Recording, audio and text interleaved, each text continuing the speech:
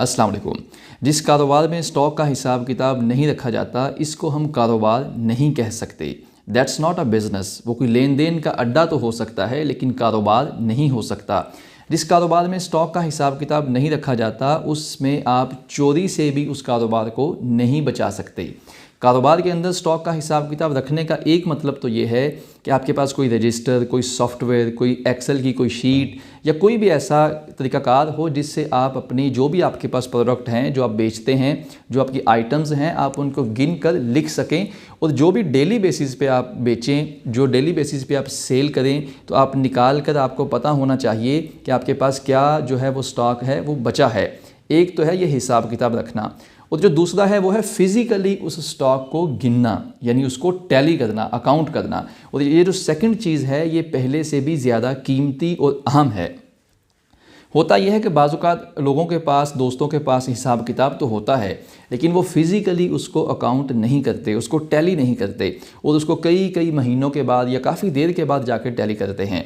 अगर आप उसको डेली बेसिस पे टैली नहीं करेंगे तो फिर जब भी आप देर के बाद उसको टैली करेंगे तो डेफ़िनेटली आपका स्टॉक कम निकलेगा, आपका स्टॉक हमेशा कम होगा। हाँ, ऐसा हो सकता है कि कुछ चीज़ें ज़्यादा हो, कुछ चीज़ें कम हों, लेकिन जब आप उनकी कीमत को लगाएंगे तो आप देखते हैं कि अगर 50,000 की चीज़ें ज़्यादा हैं तो 1,00,000 की चीज़ें कम होंगी, यानी अल्टीमेटली आपको लॉस होगा। और ये जो चीज़ें कम होती हैं, ये जो लॉस होता है, उसकी वजह है, उसकी एक वजह यह है कि अगर आपने किसी को कोई आइटम दी है और आप लिखना भूल गए हैं और आपने सोचा कि मैं इससे कल को पेमेंट ले लूँगा या इसको बाद में पेमेंट ले लूँगा, तो चूँकि आपने एक दिन के बाद अपने स्टॉक को गिना तो है ही नहीं फिज़िकली, जब आपने अकाउंट नहीं किया तो आपको पता ही नहीं चलेगा कि स्टॉक तो कम हो चुका है और आपने कोई आइटम जो है वो बेच दी है और उसको लिखा नहीं। जब आपको पता नहीं चलेगा तो आप याद करने की भी कोशिश नहीं करेंगे और जब बहुत दिनों के बाद जाके ये मामला होगा तो आपको तब तक ये भूल चुका होगा।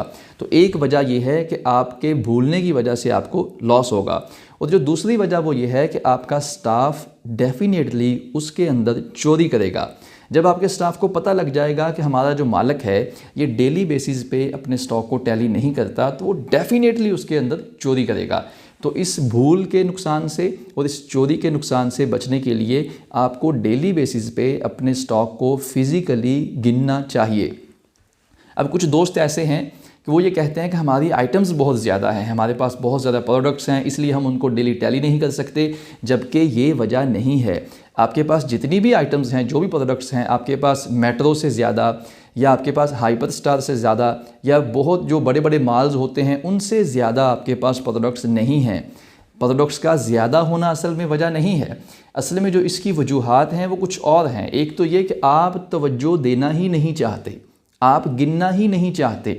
जब आप विलिंग ही नहीं हैं तो आप कभी भी नहीं गिन पाएंगे, और जब आप तवज्जो नहीं देना चाहते तो इसी वजह से फिर दूसरी वजह सामने आती है कि आपका जो स्टॉक है वो कुछ ऐसे रखा होता है कि वो गिनने में कभी भी आसान नहीं होता।